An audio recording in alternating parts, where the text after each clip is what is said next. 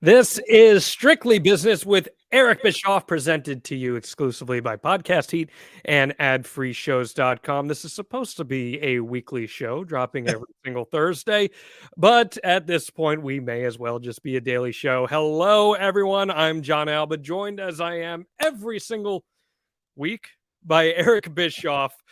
Boy, howdy, Eric. I think you and I should just kind of leave our StreamYard up perpetually and just hop on, hop out whenever we it could be like the Jerry Lewis telethon of wrestling news, right?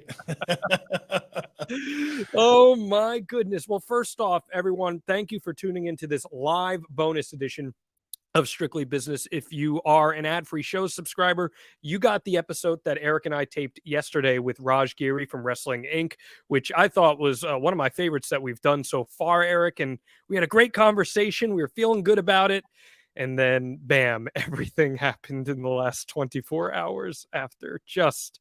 Yeah, I jokingly said to you, man, all we need to do, if we need some like really big news to happen, because there's nothing really going on, all you and I have to do is drop an episode of Strictly Business, and within 45 minutes, something's going to happen. You know, so damn, why couldn't that have happened 2 hours before? We could have included it in the show and been timely, but no, we have to wait for a couple hours and then do another show, which, by the way, I'm joking, I'm happy to do. I love doing it. Me too. I love doing the show as well. And the beauty is, guys, this is a live free presentation of Strictly Business. We got a ton of you tuning in as the minutes go on. Here's how you can interact with the show. There's two ways. Number one, you have to be subscribed to the 83 Weeks YouTube channel in order to have your comments show up. This is live, Jerome Manley. This is live. And we proved it. It's calling you out real time. I love that. Exactly. Shit. And we also guarantee we will read your chat if you send us a super chat. If you send a super chat to us here on 83 Weeks, we will read your comment on air. Otherwise, you can feel free just to comment, but you must be subscribed in order to do so to the 83 Weeks channel.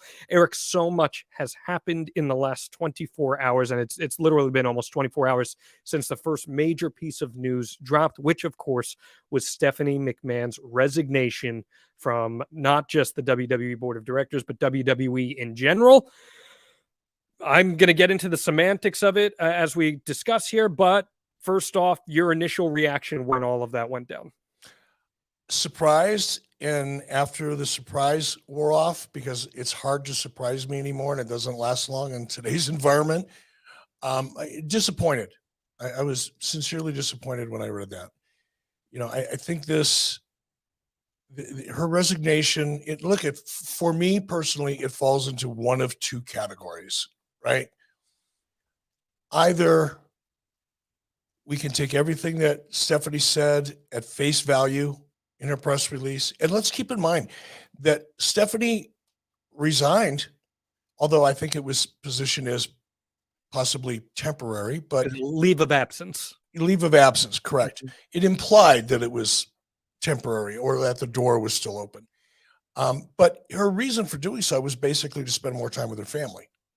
Now, as a dad and as a father who had two young kids that were in their teens and preteens when I was the most active in the industry and working 16, 18 hours a day and traveling all the time and all that, you come home from work one day and you look at your kids and go, wait a minute, what happened? 45 minutes ago, you're running around in your diapers. Now you want the keys to my car. Where did all that time go? And you start really realizing that you want to spend more time with your kids, particularly in their teens, because that's a uniquely vulnerable time for kids, right? So I took that at face value. But if that was the reason for her initial resignation, notice I say if, it's what I want to believe, right? Then it made perfectly good sense. And when Vince was forced to leave, to me, from my perspective, because I'm a glass half full kind of guy, it made sense for me for Stephanie to go, wait, I'm coming back in the role of co-CEO to protect her family and her father's interest, because that's always been the relationship that I perceived between father and daughter, Vince and Stephanie. Very, very close, right? So that made sense to me. But here's where it gets a little kabuki-ish, right? 24 hours before she resigns, she's in a meeting with employees communicating to everyone that, hey, status quo, man. I'm here. Paul's here. Nick's here. Vince McMahon is back. Optimism's bright. There's a big potential here. Excited to the charge forward. Yay, rah, rah, great team. And then 24 hours later, she resigns. And the reason I think that matters is because right now, with all of the nonsense that's floating around out there, and we're going to talk about some of that, right? And when we go further into the show about the dirt, the dirt that's floating around on the internet and the clickbait headlines and so forth. But at a time when, in a transition like this with the publicly held company, you would want to be perceived as being as stable as possible. The market doesn't like uncertainty, right, or volatility. And at a time when it's extremely critical to at least create the outward impression that it's business as usual and this high-powered team is going to continue doing what it's been doing. 24 hours later, she resigns, which is the exact opposite of that. That's where I'm starting to get a little more jaded in terms of what's really going on behind the scenes. But I don't know, man. It's just so crazy. But again, let's say I'm right. Let's say my first impression or what I want to believe is true is right. And now in her second press release, which you're going to go over, she explains that she's going to leave because basically WWE is in great hands. Well, think about this. If her intentions, her motivation early on was to resign to spend time with family, she came back because her father was forced out one way or the other. Now her father's back. Does she need to be there to protect her father's interests? So is this all kind of lead us back to the reason Stephanie resigned in the first place? And there's nothing kabuki-ish or Machiavellian about it. It just is what it is. That's what I choose to believe. But the fact that she resigned when she resigned, if she would have resigned before she made that statement to the employees, I'd be really comfortable with that decision. But to do it a day after, it's kind of weird. There's one element of this, Eric, that I think is very important that you haven't mentioned. And that is that December 27th letter from the WWE Board of Directors in response to Vince McMahon's initial inquiry about being reinstated as the executive chair of the board. We covered this on a previous edition of Strictly Business 2 episodes ago, which you can find in our archives, 83weeks.com. And that is where the suggestion was made that Vince rejoin the board. And in order to have a transaction of sorts, Vince would be the one entrusted to lead it. The board pushed back unanimously and said they do not wish to reinstall him unanimously due to non-public information that they had felt they were in possession of that could potentially interfere with issues and the existing federal investigation into Vince. And I underscore, highlight, whatever you want to do, that word unanimous, because who sat on the board of directors at the time of this letter, Eric Bischoff? Stephanie McMahon, Paul Levesque, and Nick Khan. Now, does that mean that they necessarily each individually voted unanimously to send that letter of disapproval? They could have abstained from voting, and in that case, it would still be unanimous. But I do think that needs to be said, because if there was a unanimous pushback from an entity that included Stephanie McMahon of not wanting Vince back into the equation, and now she resigns just a couple of weeks later after that letter is sent, to me, Eric, it's just, as a journalist, you're told not to believe in coincidence. And coincidence can happen sometimes, but generally speaking, there's always smoke to some sort of fire. Yeah, but we're just glossing over one really important two-letter word, if. Nobody knows if Paul Levesque and Stephanie and or Nick, for that matter, abstained, because clearly they have a conflict of interest in this vote. I mean, if you were going to play this in such a straight and narrow fashion, as I suspect, because it's a publicly held company, you would, and not expose yourself to challenges from shareholders, you would avoid any appearance of anything that can be remotely considered a conflict of interest. And Paul and Stephanie would have, I would imagine, I don't know, but it's just as plausible to believe they did abstain for that very reason Even if they agreed with the board, I'm guessing they would abstain. I don't know, man. I just think and we'll never know the answer to that. We'll never know the answer, but here's what I see. And even in some of the comments, it's like Sam Flood said, oh, Vince is, WWE is crumbling right before our very eyes, and it's sad. I take the opposite look, man. I think this is not only an interesting and fascinating time because it's such a big media story. Forget that it's even wrestling. It's a great media story and corporate story, because again, we're seeing the manifestation of vertical integration continuing to gobble up, otherwise small companies. And now it's big companies gobbling up big companies.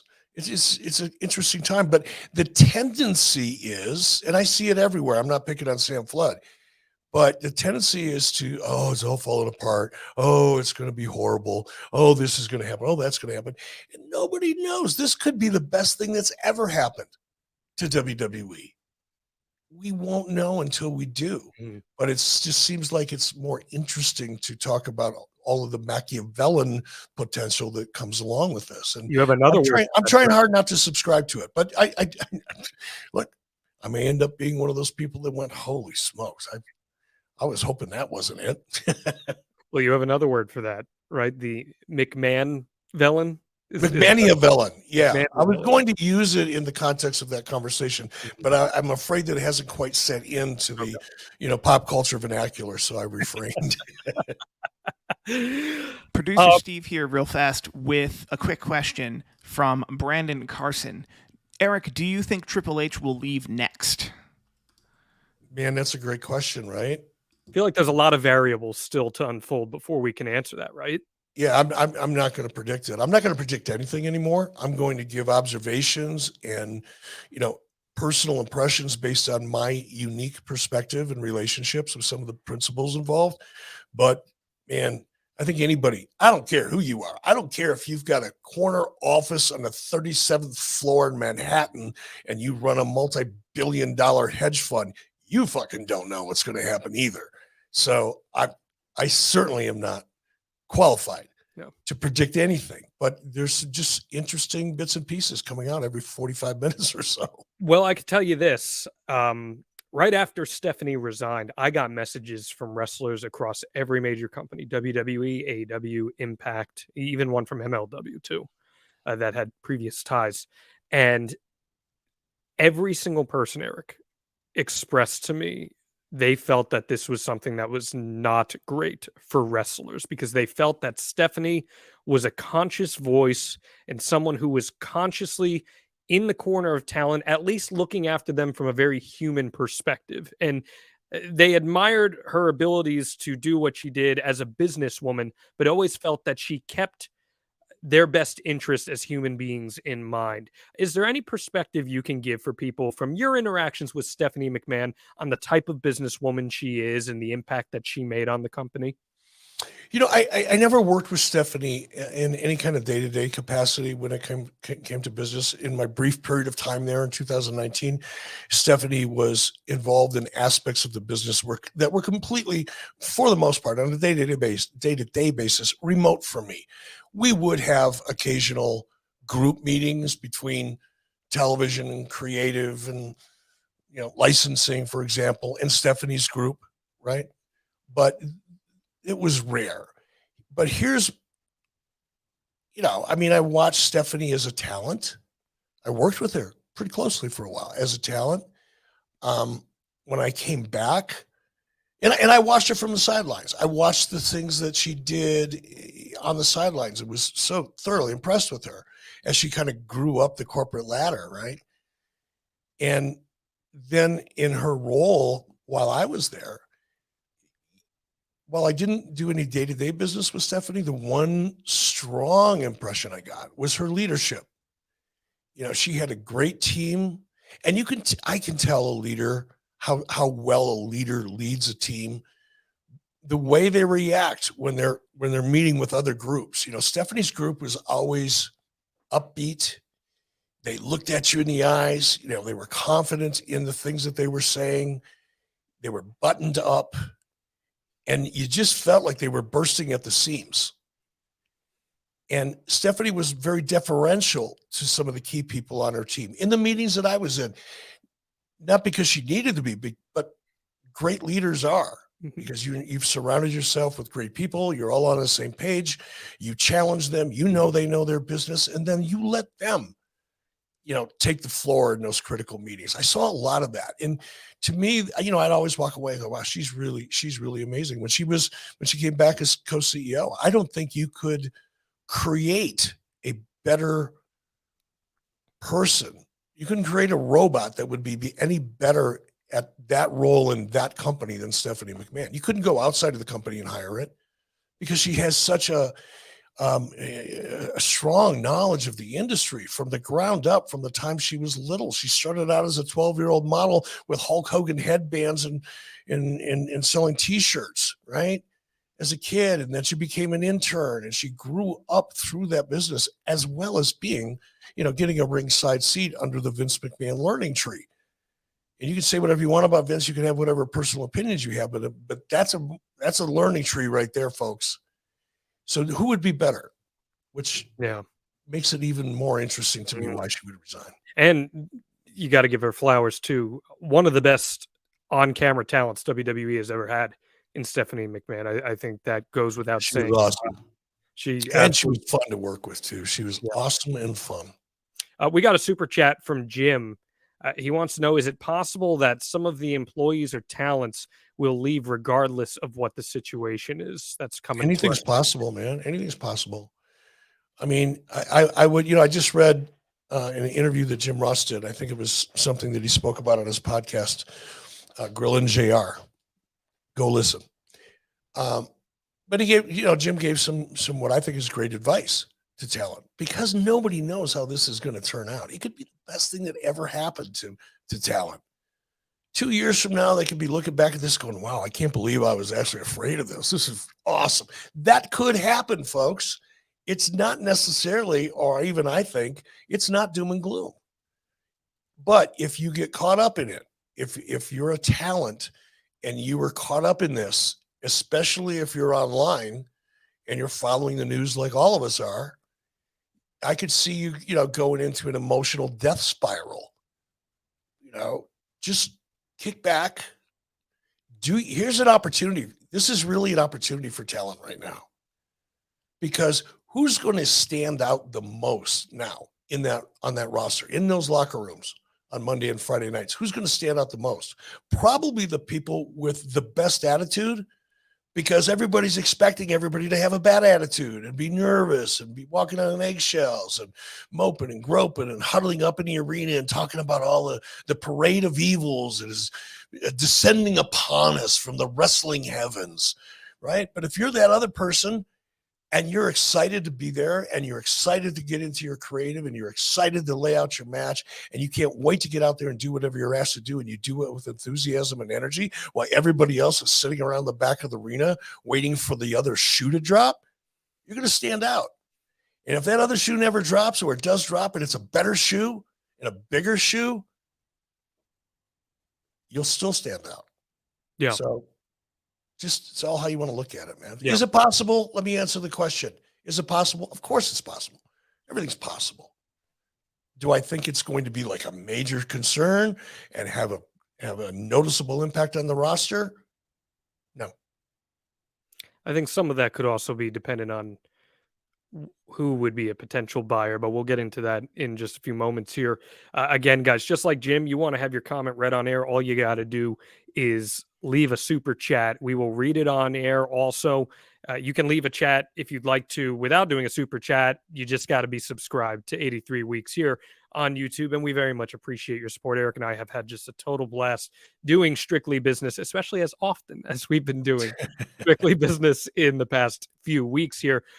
We did get another super chat from Joel that we're going to pull up here, and this can kind of launch us into our conversation, Eric. So as we know, after the Stephanie McMahon stuff went down, a whole bunch of chatter started. I started hearing things. A whole bunch of people started hearing things. You started hearing things. And there were then reports that WWE was either in full agreement on or had sold to Saudi Arabia. And Joel asked, Eric, I value your opinion more than anybody. How likely is it, do you think, Saudi Arabia buys WWE? Now, Eric, I spent all night, literally overnight. I've been going for 48 hours straight now, trying to get comment on this, trying to confirm this. No one all night long would confirm this. They wouldn't deny it because I think genuinely people weren't aware. But firmly this morning, I was able to speak to someone pretty high up in the WWE pecking order who said at this time, any report that a sale is done or agreed upon is completely false. And others have also reported similarly. So, Eric, Joel wants to know, how likely is it, do you think, Saudi Arabia buys WWE? Yeah, I'm going to answer Joe's question, but I want to go back to those stories and where they came from as soon as I do. So let's not forget. How likely is it? Look, anything's possible. If you step back, kind of take a macro, big picture view of things. Vince McMahon and Saudi Arabia have been doing business together for about 5 years now, right? 6 years, whatever it's been. 2018 was the first Saudi show. Okay, so about 5 years, going on 5 years. A lot of money has passed back and forth during that period of time, and all parties seem to be, for the most part, except for one little glitch, enjoying the relationship because it's continuing. If they weren't enjoying it, it wasn't working out, it wouldn't. So it's a good relationship. Who knows how good of a relationship it is between Vince and the Saudi government? We don't know. So it's possible. That's why it's possible. We know that the Saudis are investing in media properties, right? We know what is it? The LIV, is that what it's called? Live Golf. So there's Live a Golf. term. We know that they've invested a ton of money in that. There's a term called sports washing, which is what happens when entities that maybe are controversial or a government like Saudi Arabia, they utilize sports as a way to mediate and do business in a more positive light. And that is generally what people refer to what is happening in Saudi Arabia with the Live Golf Tour and some of the other ventures they've done. And this, if that were to be the case, this would be an example of that. Yeah, well, it would be an extension of the Saudi government using WWE currently under its current agreement to do that very same thing. But so is it possible? Of course it's possible. But here's why I think it's more remote, certainly than we thought last night. Because if WWE, here's another, before I go there, Live Golf and the Saudi government can't find a TV deal. Nope. Because TV networks don't necessarily want to be in business with Saudis. It's a challenge. It's a controversy, and they don't want to do it. So, the Saudis have dumped a ton of money into Live Golf, but so far, despite having really a cream of the crop roster of professional golfers, they can't get a TV deal. What's that tell you? So that's why I think, is it possible that Saudis could maybe not buy the whole thing, maybe invest a portion of whatever it's going to take to buy it as a non-active, non-major stakeholder? Yeah, definitely. I see them being a player. But I think because of the challenge of television rights, so far at least, I think it's a pretty remote possibility, because if you look at the WWE, it's currently a $6.6 million market cap company. A large portion of that is because of the rights fees that it's getting. Well, if you take those rights fees out of the equation for WWE, what does that 6.6 valuation look like? It changes dramatically. That's why I don't think it happens. But I could be wrong. We don't know. So let's dig into the reporting then, because that was an element of this that I know you wanted to discuss, and I can speak ad nauseum about, but I'd love to hear your initial reactions to that. Well, I mean, first of all, when I woke up this morning, for the very reasons that I just laid out, I was relieved. And I did, I went right to your comments because I could tell that you were up, all night doing it. And again, I was relieved to hear that news for the same reasons that I just categorized. But I want to know who first leaked this story that the deal was done. I saw some guy named Mallenhausen or some shit. I don't know him, by the way. I'm not being critical of him. He's got a complex name, so I can't remember it. But if it wasn't him, who was it? So Cassidy Haynes from Body Slam was the first to report it, and Steve Malhausen, and I apologize if I'm mispronouncing it after, then reported it as well. He has since deleted his tweet. Steve works for DAZN and Sporting News. He since deleted his tweet. Cassidy's remains up. Why would they do that? Why would they do what? Report the news? Why would they report something that isn't true? So my thought process, and again, this is just my thought process here, is I don't think either of them, especially Cassidy, who was first to report it, who has also, by the way, and this needs to be said, reported very accurate information in the past. There's the tweet from Cassidy. I don't care what he's done in the past. Why would he report a story that isn't true? So what I'm saying is I believe he believes that his sources have fed him correct information. I don't believe he is purposely misleading anybody by reporting this. I think he believes in his source. Does he believe in him because he wants to be the first one out of the gate and get the clicks? I don't know. I don't know the answer to that. That's where I lean. Because, look,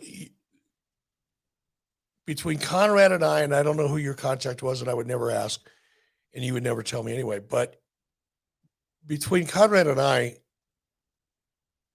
we can have a conversation. And we all have sources of our own. Mm-hmm. Why would this guy have a source that he believes? I mean, unless you're in the frickin' boardroom, unless you're asked to vote, you don't know. And neither does anybody you're talking to, unless they're on the board. Well, and it is. If they're talking to a board member, I'll apologize live in the middle of Times Square. But unless they're talking to somebody on that board that freaking knows, you're just repeating what somebody else may have heard. It is entirely possible.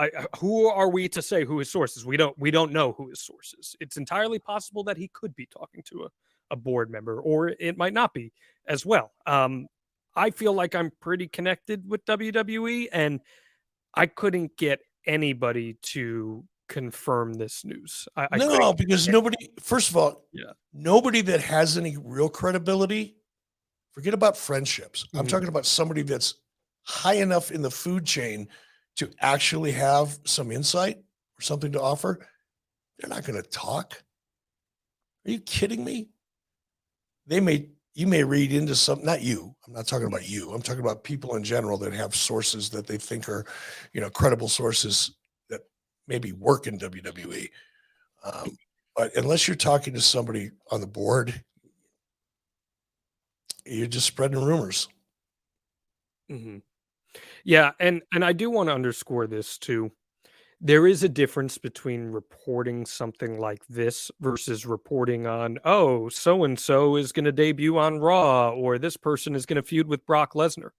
This is one of the biggest stories in the history of wrestling, if not the biggest. It very well may be the biggest. And you got to make sure that you've got this right. And Cassidy has gone on the record and said, hey, I stand by my sources. So if he feels that that's accurate, then hey, we'll see. We'll find out, right? But everyone, just think about from a logistical, from a reality perspective. Mm-hmm.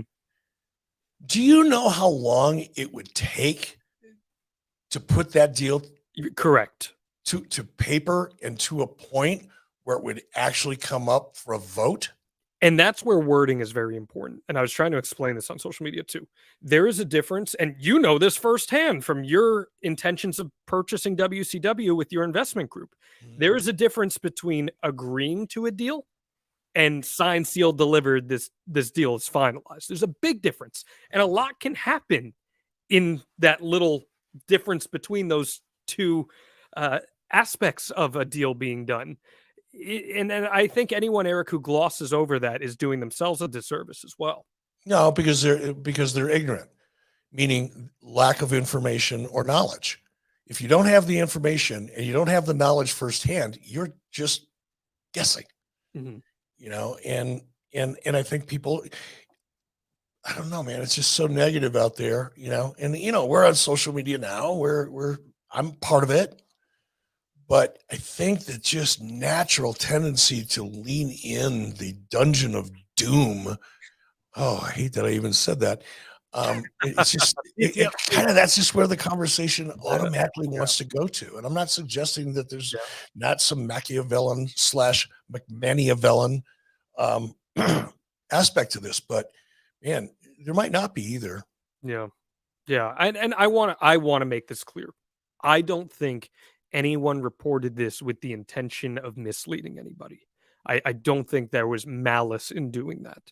But if this is incorrect reporting, which we're going to find out very shortly if it is or isn't, if we haven't found out already, then it requires a really, really, really important step back, take all the information in, and just make sure that we're being responsible in our reporting and not jumping to conclusions. It's easy to jump to conclusions because, Eric, there's a lot of speculation after Stephanie stepped down, like this super chat here from Brett. He says, do you think Stephanie stepping down as CEO is connected to a sale to Saudi Arabia, or at least positioning the company more favorably since they may not find a female CEO appealing? And I think, Eric, that's why a lot of people were ready to buy right into these Saudi Arabia rumors just on those two inferences alone. No, I don't think it had anything to do with a sale to the Saudis. I believe it was a personal decision. What was behind, and it has nothing to do with Saudis, right? However she felt about the potential of that transaction. There's something else to it. There's something emotional about her decision. And I'm going to take what she said at face value because it makes sense to me based on her previous decision to resign, come back because her father was forced out. Now that her father's back, she's no longer needed to be in that position to watch over her father or watch her father's back because he's back and he can watch his own back. So I'm going to take it at face value and say, no, it had nothing to do with whoever is going to buy it. And I'm going to choose to believe that it had everything to do with Stephanie's original statement, meaning she wanted to get back to her family and she felt she didn't need to be there to protect her father's interest any longer. And again, guys, if you want to leave a super chat, you can. We appreciate your patronage and we will ensure that we read your comment on air. If you just want to leave a comment, go ahead. You just got to be subscribed to 83 Weeks on YouTube. There are other super chats that we're going to get to, but I want to make sure we get into every aspect of the Saudi conversation. Just as is, again, guys, currently as things stand at this moment of time, I've been told there's no deal in place. There's no agreement in place with Saudi Arabia. Others have corroborated such. I'm just trying to think, Eric, is there anything else on the Saudi aspect of this conversation that you'd like to put out there before we move into other elements of a potential sale? Nope, I think we covered it. Okay. All right, let's get to some more of these super chats. And this one from Mark Cyrus, who's a loyal adfreeshows.com subscriber. Mark says, with the sale looming at this point, who do you feel would be the best option to buy WWE and make sure that the prestige the brand carries is left intact? My first bet would be Comcast. They've got a long relationship with WWE through USA and WWE. They've got 20 years of experience and a powerful streaming platform, which I know is important to Comcast, or I believe would be important to Comcast. That just seems to be a more seamless, not that this is going to be seamless, but a more seamless and logical acquisition than the rest of them. But each has its own unique caveat. If it's Comcast, does Comcast want current management in place, including Vince? That's where the baggage comes in, right? That's where that dark cloud of controversy that's following Vince around, that's where it becomes a little bit of a factor, I think. But if Vince has no interest in staying on board and would act only as a consultant, so to speak, I think that makes absolutely the most sense. But it all depends. Here's what it comes down to, and this is what nobody knows. I don't care who you are. I don't care where you work, what you do for a living, how many millions of dollars you make in the markets, or if you're the king of mergers and acquisitions, you don't even know. What's Vince's motivation? Is it to be the guy who put together a monster deal and that will cement his legacy? Or does he want to get back and steer the ship? Or and by the way, it's not necessarily either or. It's not a binary choice, because there is a scenario, and this is where I'm betting my money. If I'm betting on Endeavor. Yeah, you've been pretty gung ho about Endeavor being the one, because that's a scenario where shareholders are. I mean, right now shareholders should be high-fiving. Right now, if you're a WWE employee with stock options, you should be happier than anybody. Steve, can we see where the stock's at right now? As About $89 right now. We are at 89.50, which is down a little bit. And that's one of the things too, Eric, that is important, that when this news was reported, which again, as things stand currently, it was not factual information that a sale was done or agreed upon. The stock shot up, and then over the course of the day went down a little bit before rising again just before close. So there were tangible. It's back up to $90, which is phenomenal. Mm-hmm. But I surmise that the stock dropped because of the chatter about Saudi. Mm-hmm. Well, it actually went up to start because of the chatter about Saudi, and then as you see over the course of the day, we got the hourly breakdowns there. It starts to drop when the news comes out that there are denials on it. So this was yesterday? So we're looking at the past 24 hours here. We're looking at 10 a.m. today. Oh, I see. Okay. I see. Okay. I thought, okay. Mm-hmm. So the stock went up overnight. Well, not overnight, but, based off the chatter from overnight. And then upon around 9:30, 10 a.m., when some of the denials started coming in, is when the stock actually drops. Oh, that's the opposite then, right? So then that would suggest that people were excited. The market was excited about a Saudi move. And maybe that's because everybody's anticipating that once that, the stock is going to continue to go up until the sale is done.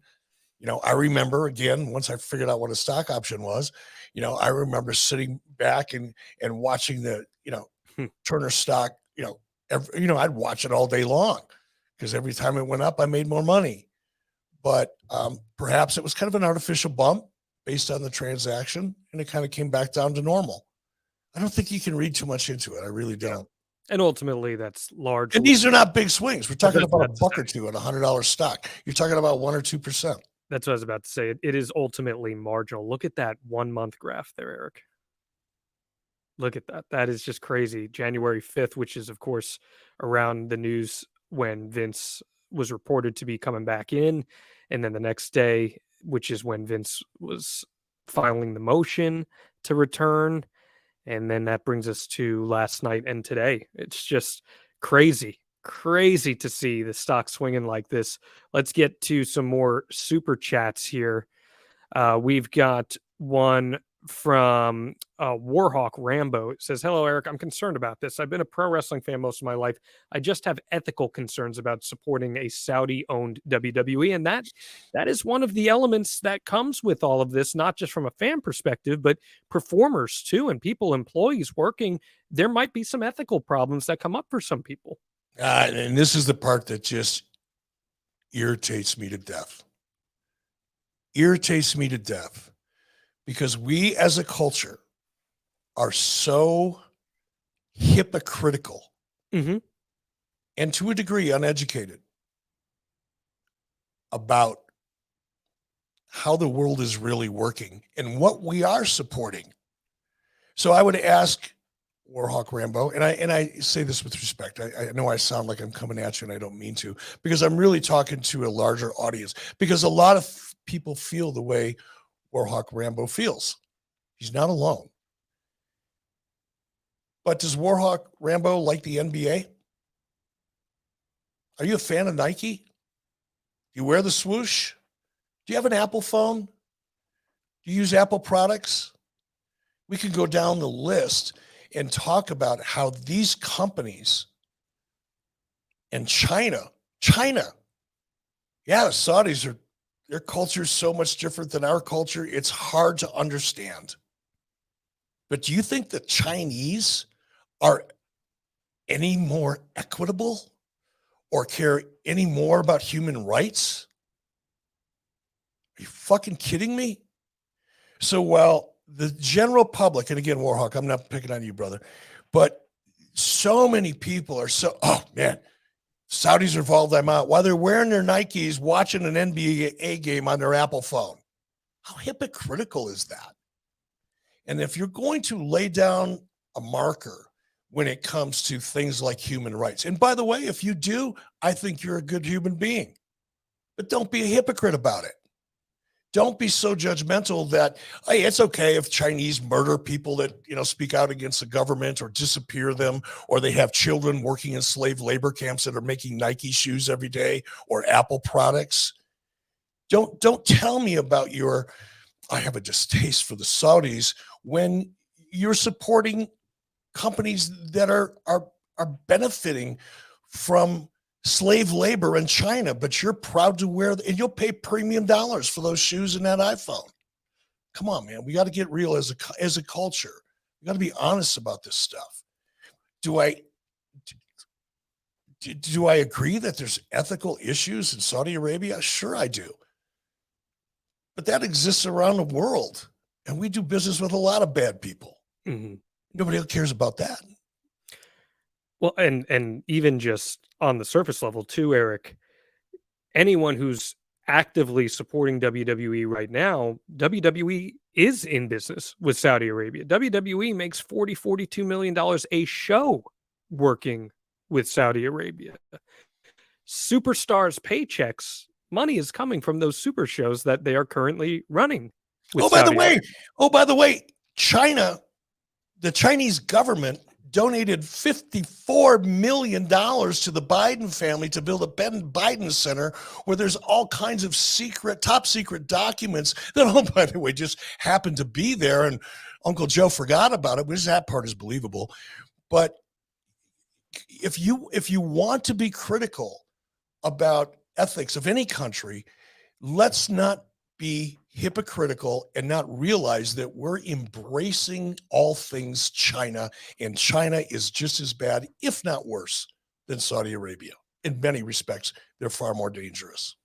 Yeah, and listen, human rights is going to be a big aspect of this conversation.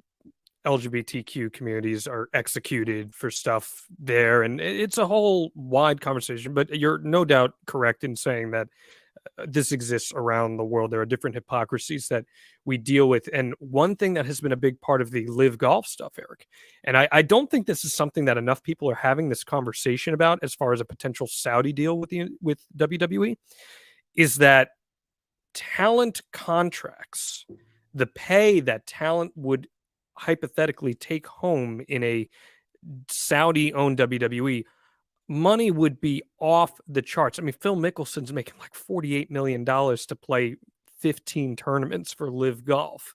And that's where this money is coming from. And there will be people who, even if they have ethical concerns, they'll see that money and they'll say, well, at the end of the day, I got to look after my wallet. I got to look after my pocket. And that's life-changing money for a lot of people, is it not? Potentially. I mean, it's hard to say. We're projecting what could happen in a Saudi deal, but we don't know. But that's, again, where I say, man, if I'm a talent, if I'm working at WWE right now, I'm smiling, because no matter how this shakes out, I'm going to be okay. And there's a potential that I'm going to be really okay. It's just, man, yeah. Yes. Guys that are making, gals that are making 75 grand or 100 grand a year down on NXT may have a whole different future. Yeah, that's true.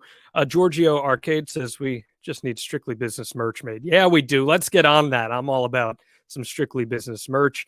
God of Frogs says, I wonder if Netflix would be interested. Could you? That's really funny. I just got off the phone with Kevin Nash right before jumping on here, and we had a long conversation. We covered a lot of ground. But one of the things that Kevin brought up was Netflix. Netflix dipped its toe in the water with Formula Racing, live action sports. And you and I have touched on this before. If Netflix was going to make a strategic commitment to really support live action programming, are you fucking kidding me? Yeah. That makes a lot of sense. I think Netflix would be more inclined to get in on the live TV rights before buying WWE. But who's to say? It is certainly an option out there, as is a company like Amazon. And this chat comes from .x. Disney needs to add more live TV to their portfolios. They spin off ESPN into its own entity. They've got the ESPN Plus platform on their service right now, and that's certainly something that we could see as well here. And we touched on that. We touched on Disney too. So, let me ask you: is it a fact that Disney wants to spin off ESPN? Well, it does. I mean, ESPN Plus is a streaming service that Disney owns. Yeah, but that's not a spinoff. A spinoff is you're going to get rid of it. Oh, if that's the context you read it in, then no, I don't think that's happening at all. Okay, so Yeah. Disney owns ESPN because, as Kevin Nash pointed out, there's people that are associated with the industry that are, laughing at the Disney option because, what are we going to do? Put, wrestlers in a park with Mickey Mouse ears? Yeah, okay, that's funny to say. It gets a chuckle. But yeah, if Disney owns ESPN and they've got a streaming platform, can an argument be made? Now, I would, I'd have a hard time if somebody was pitching it to me and I was on a board at ESPN or Disney. But can you make an argument strategically that WWE and Disney makes sense because of ESPN? Yes, you could probably convince me at the end of the day. There would be a business rationale behind that.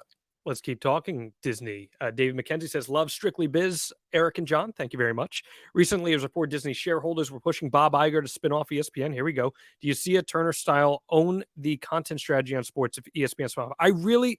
I would be very surprised if Disney just totally does away with ESPN, quite frankly. I really would be surprised by that.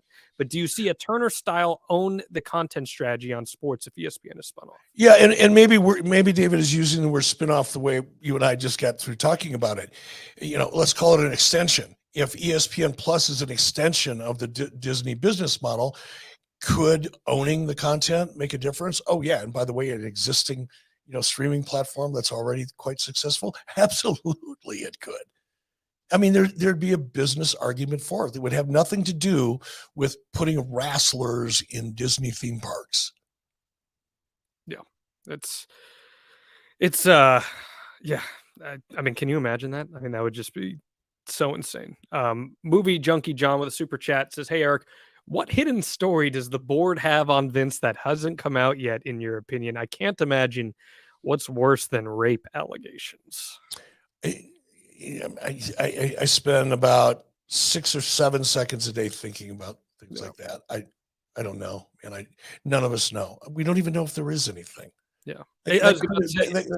As we talked about the other day about some of the hidden threats, I guess, or implications in the board's, first response to Vince McMahon's inquiry about coming back, that could be like, hey, don't go there. It could be a bluff. We know something you don't know. Yeah, it could easily be a bluff. That's the game that's really being played, right? That's the stuff that's really going on that none of us know what's true, what's not true. We got another one from Joel. Thank you, Joel. He says, my main concern is about Saudi owning WWE and what that means for morale and the talent. And that is a fair concern. Sean Ross Sapp, our pal here on Strictly Business, did report that he spoke to a lot of WWE talent where the morale around the rumors of a sale to Saudi Arabia was extremely impactful. And he outright said that there were several talent who told him they would be done with the company should something like that happen. Yeah, but again, going back to the point that you just made about Live Golf and some of the dollars that are floating around, they may feel that way now. You may have a handful, you may have more than a handful of talent because they're reading the doom and gloom. They're looking at worst case scenarios. They probably imagine having to move to Saudi and live there 6 months out of the year. I kid you not. There are probably some people that are thinking, oh my gosh, you're going to put a developmental territory in Saudi and I'm going to have to move my family to Saudi. I mean, people lose their minds over this stuff. Fear of the unknown inspires more fear. Sure. But out of that same group of people that Sean Ross Sapp has spoken to, how many of them would change their mind if their life got infinitely better and they realized there was no boogeyman? Potentially so. Absolutely. I don't know. Morale is going to be, no matter what happens, morale is going to be a roller coaster until this deal is done. Yeah, I don't disagree. Whatever that deal is with whoever, Mm-hmm. until that time comes, because this kind of thing is going to permeate social media. All talent's going to be on their phones, just like I would if I was there and I was a talent. I'd be trying to keep track of what's going on because I want to know how it's going to impact my life and my family. It's a valid reason why you're going to follow this stuff. But 90% of the stuff you're following, reading, and seeing is all nonsense and doom and gloom. We're reading your super chats, guys. Send them in right now. We got another one from Brett. He says, if you're an on-screen WWE talent, which potential buyer is your favorite? My favorite would be Comcast. More so than Disney, even with the crossover opportunities? Yeah. Yep. I think strategically, Comcast makes more sense. You look at Comcast, I don't know what percentage of the cable systems they own and control in the U.S., but I think it's the majority of them. I think that gives you stability and strength and leverage, all of the things that strategically you would want out of a transaction. Think of it this way, and I've gone through this in different businesses. When you go out and if you wake up one day and say, okay, I've got a great business plan, but I need to raise $1 million, whatever the amount.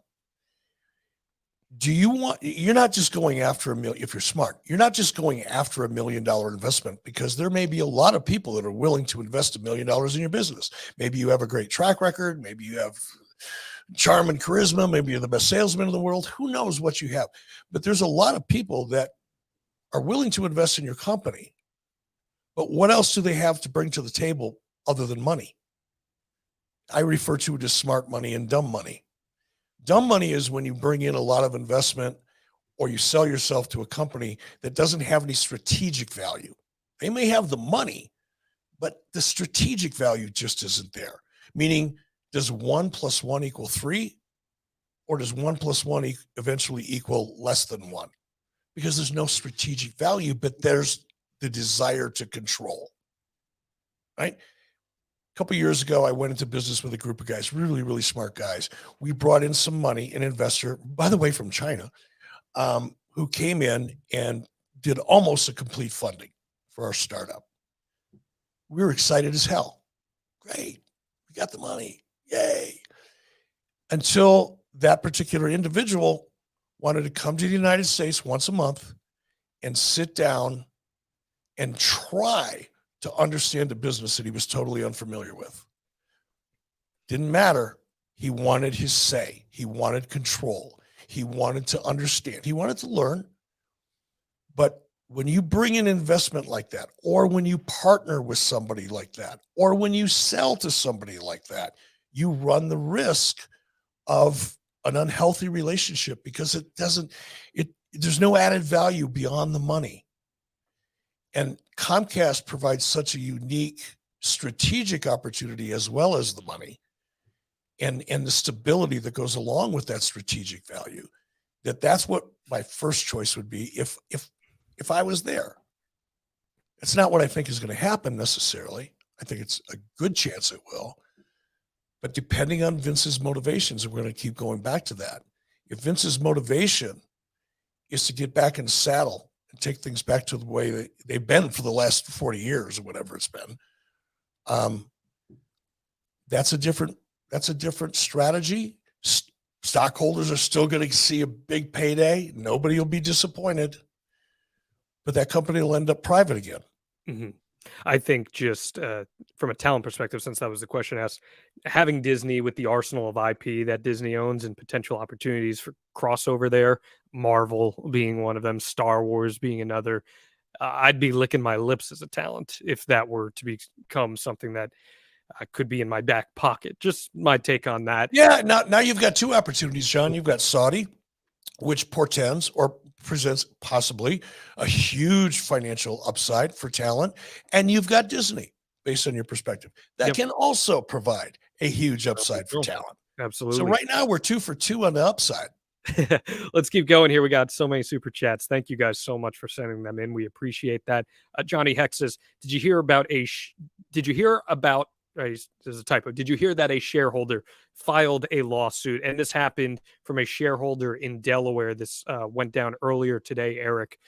For those who are unaware, a shareholder sued Vince McMahon in Delaware's Chancery Court, accusing him of wielding his 81% voting control to oust 3 board members, replace them with loyalists, and push through bylaw changes that would impose his will on the board.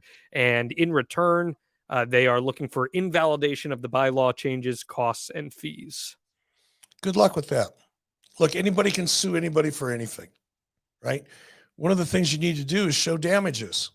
So how have you as a shareholder been damaged since Vince McMahon came back and changed the laws? Especially if I know I don't have to be a judge. I'm not an attorney, but you haven't. You've got one of your damages. Maybe in the future. I'm sorry. Vince wielding his 81% of voting control. It's not wielding, it's utilizing it. He earned it. He built the company and he structured it as such under SEC rules and guidelines that left him with that control. He didn't manufacture it out of thin air. It's not a storyline. It's a reality. And he has every right to do it. Again, take what you feel about Vince McMahon and put it in the garbage because that's where it belongs. It has no value. And just look at the reality of the situation. Vince didn't do anything wrong. Didn't do anything illegal. Warhawk Rambo adds, thanks for answering. Also, just answer, I don't buy Nike products or Apple. I'm more of an NFL guy, but yeah, I avoid Nike products like the plague, he says. Well, the NFL supports Nike and vice versa. So there you go. You can't get away from those Chinese tentacles. Continuing with the super chats here, Jim has another one for us. Thank you, Jim, for the multiple super chats here. Says, Eric, thank you for answering my earlier question. This is a huge shocker news since WCW was sold to WWE in March 2001. If they were given the opportunity, do you think New Japan or AEW would be able to buy WWE? I got a feeling I know your answer to this one, Eric, but go ahead. Well, not New Japan. I mean, I don't know anything about New Japan, but New Japan is not necessarily a financial powerhouse, okay? The cons, net worth of $11 billion, a lot of other assets. I would imagine if Tony decides that he wants to do it, and he has the support of his family because it's family money. Could it happen? Yes. Do I think it'll happen? Can't imagine it, but it's possible. And Vince McMahon would have to agree to sell to them as well, which is a whole and there's that. Yeah. But if the price is high enough, here's the flip side of that. If the offer is high enough and it's in the shareholders' interest, you've got to do it. Then now if you deny it for personal reasons, if you block it for personal reasons,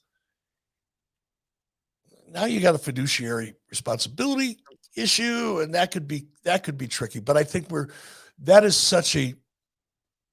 that's a good movie of the week. But I don't think it's part of our reality. No, me neither.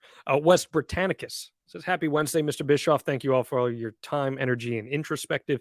Am I right to guess you salivate at the idea of what you could have done with streaming in 1997, 1998? No, I don't think about things like that, man. Any more than, if I woke up tomorrow morning and read somebody won the Power Mega Millions $1 billion lotto, would I sit around and spend any time thinking, man, if I just could have been in that 7-Eleven outside of New Orleans and Louisiana at 2:00 in the morning, that could have been me. I don't think that way. I just don't. Good for you. We got so many people. We got almost 1,000 people watching us live right now, and we're so grateful for you guys. We're starting to wrap up a little bit here, so if you have any super chats, this is your last chance to get them in. We're going to call for them one more time. If you want to comment, you can comment as well without giving a super chat, but you have to be subscribed to the 83 Weeks YouTube channel. If you're enjoying this episode of Strictly Business, by the way, Eric and I guarantee at least one episode every single week on Thursdays, but recently you've been getting tons of bonuses as well. Here's been a pattern, John. Every time you and I lay down on Strictly Business, within 2 hours, something monstrous happens, Yeah. So who knows? We may be doing another one tonight. We very well could. We had a great episode that we taped yesterday with Raj Giri from Wrestling Inc. It's available now on adfreeshows.com. It'll go up tomorrow for everybody. Go check that out if you haven't. It's a great episode. Raj was an awesome guest for us who gave us some really interesting perspective, I thought, on the business. Very much so. Very much the wrestling website. industry. Joel has one more for us. Thank you again, Joel, for the multiple super chats. Last question, Eric, and you too, John. If you had to put money on it right now, who ends up buying WWE? That is, of course, I got to say this is an outlier, Eric, if there's even a sale at all. Right. Who was the betting site that was taking odds? Bovada. Bovada? Are they open? Have they opened up odds again? Let me take a look, because they did stop. Bovada betting odds WWE. Let's see. We are currently looking at. Are they really going to make me log in? Steve, help us out here. Give us some help from Bovada. They did have betting odds. So in the meantime, while we pull those up, Eric, do you have a favorite in mind here? Yeah, and actually, I asked because if they've opened it up again, I'm going to put my money on Endeavor. Okay. I think it's a long shot, but I always like betting long shots. Like I wouldn't bet Disney or Comcast because it's just it makes too much sense and there's no excitement in that for me. I mean, in terms of a bet, but I would bet on Endeavor Group Holdings and an outright purchase to take the company private. That's where I'm going to put my money, and I'm going to go to the site. And if they're taking bets, I'm going to put real money on Endeavor.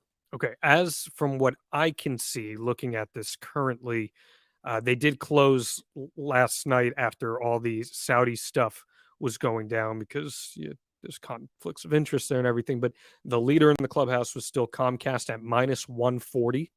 Disney was plus 350. Fox was plus 1,200. Warner Bros. Discovery was plus 1,500. Netflix was plus 1,200. Amazon was plus 950. Saudi was plus 750, it looks like. And the least likely at the time of closing was plus 3,000 for Tony Khan. Now, here's an interesting angle on this. I know we probably got to go, John, because you probably have 37 other podcasts to do. But I had an interesting conversation with a very high-profile individual in the film industry. Okay. He's currently on one of the biggest movies of the year as far as being produced right now. And we were talking because he's got an interest in this and curiosity, not a financial interest, but curiosity. And we talked about this morning, and I didn't know this, but do you know that Comcast was very interested in Warner Brothers before Discovery came in? No, I did not know that. There is a rumor, according to my friend. I'm not in Hollywood anymore, so I don't know.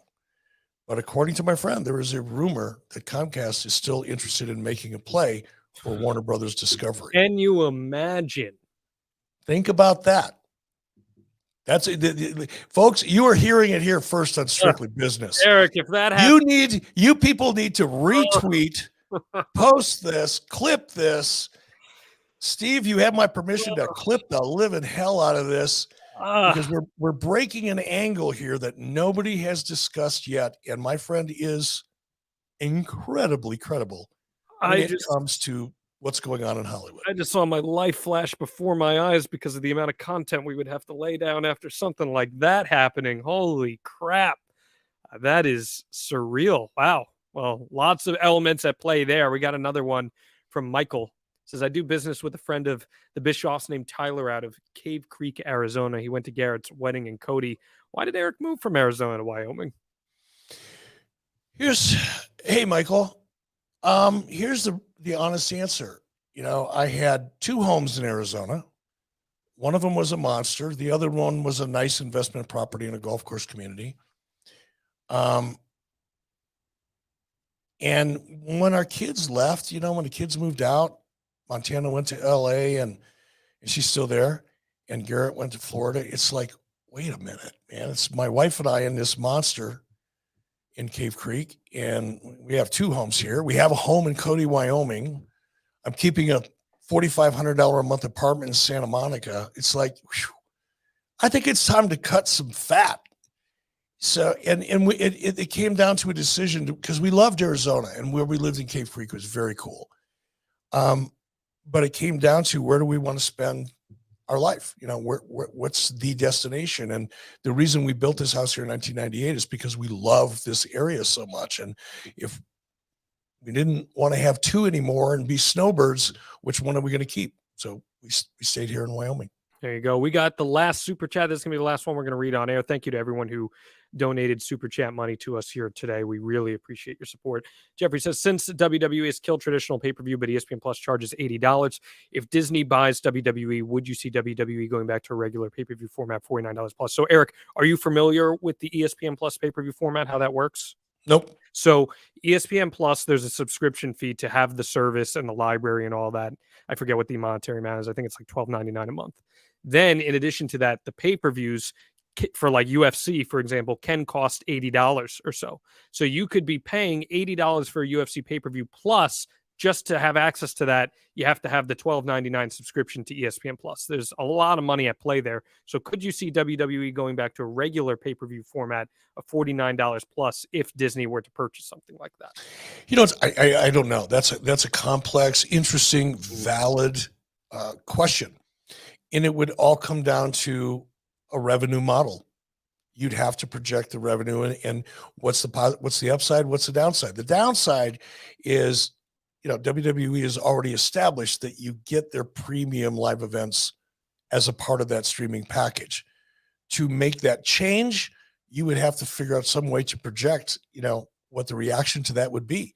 It's hard to take things away from people that have been used to getting it. So I don't know, man. I could see them wanting to maximize value, but I think you would have to also consider, you know, how business has been conducted up to this point. Maybe, and you know, maybe it's not either or. Maybe it's both. Maybe you get all the pay-per-views as a part of the streaming platform for no additional upside, but you're going to pay retail for WrestleMania or WrestleMania and Royal Rumble, whatever. There were a couple of quick super chats that I do want to get to. The landlord harassment channel says breaking WWE just sold to Christy Olsen. Well, that would that would make After 83 Weeks quite a show, wouldn't it? Oh, it'd be fun. Couldn't wait. She makes me laugh. She's smart. She's aggressive and she's smart. I like her. Theme parks and things with Johnny says pay-per-view still exists and you can still buy pay-per-view at $49.99 on cable. Yeah, that's true. It does. It still exists. You could still. So do rotary phones somewhere. Yeah. David also asks, second question, Eric, where does this leave AEW and Warner Brothers Discovery? Is Warner totally ruled out of this? And does this sale benefit or potentially harm AEW? That is an element. Actually, Matt Hardy and I just taped an entire podcast that's going to drop tonight, The Extreme Life of Matt Hardy, about the effect of what a WWE sale or stuff like this would have on AEW. So do you see any correlation there? No, I think, the fandom, starts revealing itself. And, I love it when people that don't know anything about the business of the wrestling business, whether they be wrestlers or fans or people like you and I talking about it, start projecting what could be. Here's the answer. I don't know. Here's the scenario, though, I thought may benefit AEW. If you go back to a Saudi acquisition, I think there's a potential that could benefit AEW. Simply because of the challenges that TV rights are going to create and the difficulty it's going to be in getting the kind of, blue chip programming time and revenue that the WWE is currently getting. If it sells to Saudi and they're having a hard time getting a good TV deal because of it, doesn't it kind of automatically enhance AEW's perspective or opportunity? And then you've got which I think is the hypocritical backlash from people about Saudi, as we discussed early. Does that negative fallout actually benefit and create some additional goodwill for AEW? I think it could. So I think that's a scenario that might somehow indirectly or directly benefit AEW, that being Saudi and WWE. However, if it goes the other way and it's a Comcast or Disney, or God forbid Comcast buys Warner Discovery and they already own WWE, I think that's a pretty obvious scenario. People can figure out how well that would be for AEW. But again, we don't know. I think anything other than a Saudi acquisition probably doesn't benefit AEW, may not harm them, but I don't think it benefits them because it will inherently, again, if it's a Comcast, what does it do? All the things we talked about. It gives WWE an even more entrenched strategic strength than they already have. And how could that be good for anybody trying to compete with them? Yeah. Again, guys, we're not going to take any more super chats at this time. These are the last ones that got in. Wicked Wally says, Eric, my late Nana was world's oldest living NWO fan. I still have the Nitro shirt I bought her at the sold out Boston show. Thanks for the And I bet you your Nana thought I was hot. Because I was over with old ladies. Like when I was in my mid 40s, late 40s, grandmas loved me, man.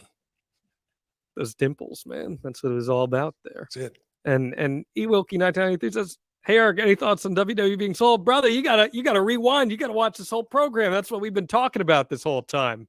So make sure you do that, because Eric and I have been talking for more than an hour and 10 minutes now on this bonus edition of Strictly Business. For those of you who are not familiar with Strictly Business, this is a podcast that is about the business of the wrestling business, and Eric and I drop it at least once a week, every single Thursday. We get guests from inside, outside the industry.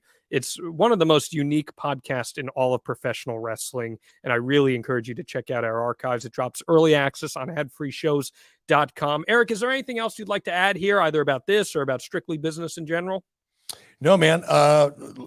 Like I said, I just enjoy the hell out of doing this show, and I love all the support we're getting. And, spread the word, folks. If you love this show, if you're on YouTube and you like this, please share it with your friends, subscribe, give us some 5-star ratings, do whatever you can do to help us, because we want to keep doing it. But man, we need some help too. We need the support. So don't be shy.